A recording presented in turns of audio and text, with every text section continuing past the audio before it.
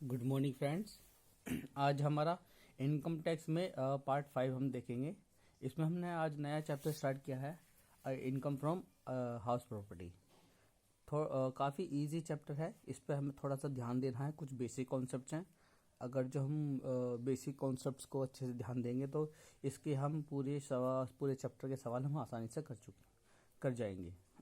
अब से पहले हमने पार्ट 1, पार्ट 2, पार्ट 3 और पार्ट 4 हमने देखा था। पार्ट 1 में हमने इसका इनकम टैक्स का इंट्रोडक्शन हम देख चुके हैं।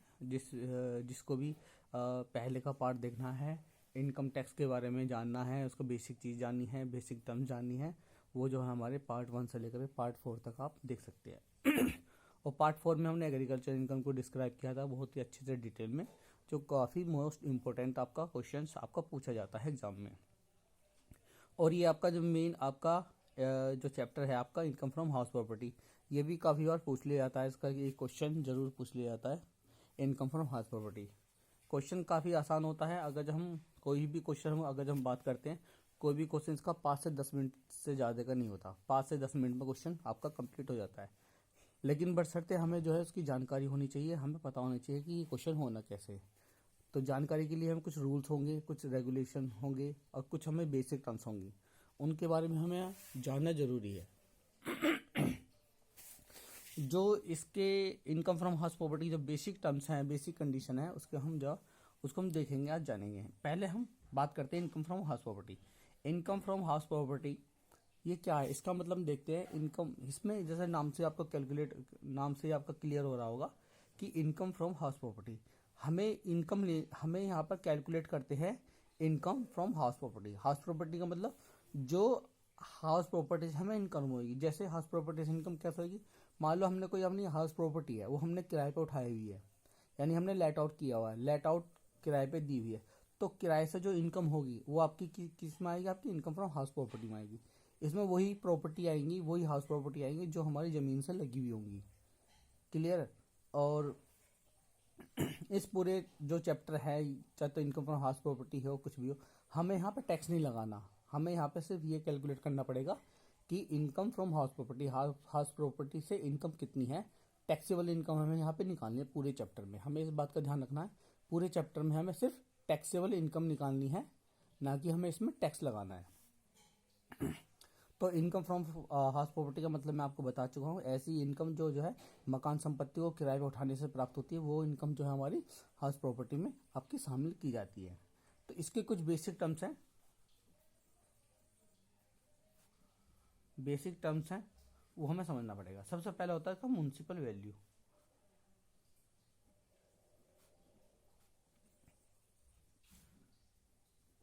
दूसरा है आपका फेयर रेंट। फेयर रेंट बोलो, फेयर वैल्यू बोलो, बात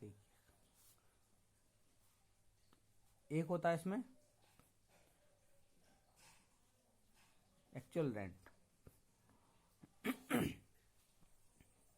हम पहले इनको डिटेल में हम समझेंगे, क्या है म्युनिसिपल वैल्यू, क्या होती है, फेयर रेंट क्या होता है और एक्चुअल रेंट क्या होता है। फिर हम उसके बाद हम जो है इसका एक्ट पढ़ेंगे कि इसका कौन सा एक्ट है। तो इसमें सबसे पहले हम बात कर रहे हैं म्युनिसिपल वैल्यू की। तो म्युनिसिपल वैल्यू में हम ये मानेंगे, ये जानकारी लेते हैं कि जो म्युनिसिपल वैल्यू है, जो भी हाउस प्रॉपर्टी हमने रेंट पे उठाई हुई है, यानी लेट आउट हमने की है, यानी किराए पे उठाई हुई है, उस प्रॉपर्टी का नगर पालिका के द्वारा उसका मूल्य कितना है, ताकि उस पर टैक्स लगाया जा सके। टैक्स का मतलब हमें जो इनकम फ्रॉम हाउस प्रॉपर्टी पर टैक्स नहीं लगाना, जो म्युनिसिपल वैल्यू, जो म्युनिसिपल टैक्स लगता है, जो लोकल टैक्स हमारा जाता है लोकल अथॉरिटी को, जो म्युनिसिपालिटी होती है उसको जो टैक्स जाता है, तो उसके अकॉर्डिंग म्युनिसिपालिटी कॉर्पोरेशन म्युनिसिपल के अकॉर्डिंग, नगर निगम के अकॉर्डिंग उसका टैक्स कितना कैलकुलेट करना है। तो उस टैक्स कैलकुलेट करने के लिए उसका वैल्यू हमें दिया होता है, तो उसको हम बोलते हैं म्युनिसिपल वैल्यू, जिस पर जो है म्युनिसिपल टैक्स कैलकुलेट किया जाता है। तो पहला हमारा दिया होगा म्युनिसिपल वैल्यू। म्युनिसिपल वैल्यू मैंने आपको बता दिया, नगर निगम द्वारा निर्धारित की गई कर की राशि, मतलब निर्धारित की गई कर लगाने के लिए राशि ये होती है। दूसरा होता है आपका फेयर रेंट। फेयर रेंट का मतलब जो हाउस प्रॉपर्टी जो किराए पे लेट आउट है, उसके आसपास के एरिया का, उसके आसपास के एरिया की रेंटल वैल्यू कितनी है। जो हाउस प्रॉपर्टी हमारी लेट आउट की गई है, किराए पर उठी हुई है, उसके आसपास के एरिया की वैल्यू, एरिया के मकान संपत्ति की वैल्यू कितना जो है फेयर रेंट कितना वहाँ पे चल रहा है, एक अनुमानित मूल्य। तो वो एक तरह से हमारा फेयर रेंट हमारा हो जाता है, या फेयर वैल्यू हम बोल सकते हैं। एक होता है एक्चुअल रेंट। एक्चुअल रेंट का मतलब हम एक्चुअल में हमने उस हाउस प्रॉपर्टी को जिस पे हम टैक्सेबल इनकम निकालेंगे, वो एक्चुअल में उसको कितने हम किराए पे हमने उठाया हुआ है, वो हमारा एक्चुअल रेंट आ जाता है। क्लियर है। एक इसमें हम पढ़ते हैं अनरियलाइज्ड रेंट, वो हम आगे डिटेल में डिस्कस करेंगे। अनरियलाइज्ड रेंट मतलब जो रेंट हमें मिला नहीं है, वो हमारा अनरियलाइज्ड रेंट होता है। और इसमें जो है इनकम फ्रॉम हाउस प्रॉपर्टी में इनकम टैक्स के द्वारा इसमें कुछ रूल बनाए गए हैं। पहला ये इसमें बताया गया है कि इनकम टैक्स जो house rent control act is applied, पहला रूल होता है rent control act is applied, और दूसरा रूल होता है आपका rent control act is not applied. तो दो पहला रूल होता है हमारा, पहला है when rent control act is not applied. दूसरा रूल होता है इसका B, when rent control act is applied. हम पूरे चैप्टर में जो क्वेश्चन हमारे होंगे वो इनके अकॉर्डिंग ही आपके किए जाएंगे। इनकम फ्रॉम हाउस प्रॉपर्टी में जो क्वेश्चन किए जाएंगे इसी के अकॉर्डिंग किए जाएंगे। या तो किसी क्वेश्चन में rent control act not applied होगा, या फिर आपका rent control act is applied होगा, या तो नॉट अप्लाइड होगा या फिर आपका अप्लाइड होगा। क्लियर है। तो हम इसके कुछ, जब आपका यहाँ पे rent control act is applied, ये अप्लाइड होगा, तो यहाँ पे एक टर्म्स आ जाएगी आपकी स्टैंडर्ड रेंट। स्टैंडर्ड रेंट, इसका हमें ध्यान देना है। ठीक। अब स्टैंडर्ड रेंट क्या होता है, रेंट कंट्रोल एक्ट के अकॉर्डिंग उनका रेंट कंट्रोल एक्ट जो अप्लाइड हुआ है उसके अकॉर्डिंग उस हाउस प्रॉपर्टी का स्टैंडर्ड रेंट क्या बनता है, उनके स्टैंडर्ड के हिसाब से क्या रेंट वो निर्धारित करते हैं, वो आपका जो है रेंट कंट्रोल एक्ट के अंतर्गत स्टैंडर्ड रेंट कहलाता है आपका। क्लियर। तो अभी हम जो आगे हम क्वेश्चन देखेंगे, हमें देखना पड़ता है इसमें कि इसमें कंपैरिजन, पहले हमें कंपैरिजन करनी पड़ेगी।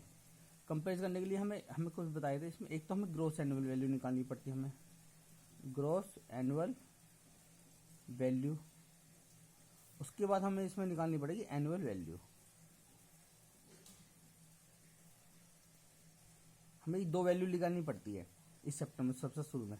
ग्रोस एनुअल मैंने सकल वार्षिक मूल्य कि मतलब इनकम टैक्स के अकॉर्डिंग जो है उस हाउस प्रॉपर्टी का कितना सकल वार्षिक मूल्य है, फिर उस सकल वार्षिक मूल्य में से म्युनिसिपल टैक्स हटा देते हैं तो हमारा आ जाता है एनुअल वैल्यू। मैं इनको आपको डिटेल में बताऊंगा कैसे हमें जो है रेंट कंट्रोल एक्ट अप्लाइड होगा तो कैसे हमें ग्रोस एनुअल वैल्यू निकलेगी, और जब rent control act is not applied होगा तो क्या निकलेगी, जब रेंट कंट्रोल एक्ट आपका अप्लाइड होगी तो कैसे हमारी annual value, gross annual value हमारी निकलनी है। तो मुझे उम्मीद है कि यहाँ तक आपको थोड़ा सा ओवरव्यूज आपको मिल चुका होगा इनकम फ्रॉम हाउस प्रॉपर्टी के बारे में, कि हम जो है कैसे हमें क्वेश्चन को हमें स्टार्ट करना है। सबसे पहले हमें इन्हीं पे हमें ध्यान देना है, म्यूनसिपल वैल्यू, फेयर वैल्यू या फेयर रेंट या एक्चुअल रेंट, और फिर यह हमें स्टैंडर्ड रेंट। जब आपका रेंट कंट्रोल एक्ट अप्लाइड होगा तो आपका स्टैंडर्ड रेंट, आपका नई टर्म्स आपकी जुड़ जाएगी। तो इसमें हमें निकालने पड़ेंगे सबसे शुरू में ग्रोस एनुअल वैल्यू और एनुअल वैल्यू। अभी हम जो हम सीखेंगे, पहले हम ग्रोस एनुअल वैल्यू हम निकालना सीखेंगे, फिर एनुअल वैल्यू निकालना बहुत आसान है। तो ये आपका इनकम फ्रॉम हाउस प्रॉपर्टी के अंतर्गत हम बात करते हैं पहले when rent control act is not applied, फिर उसके बाद बात करेंगे हम when rent control act is applied. तो सबसे पहले हमें यहाँ पे सीखना है ग्रोस एनुअल वैल्यू निकालना हमें सीखना है। तो ग्रोस एनुअल वैल्यू निकालने के लिए सबसे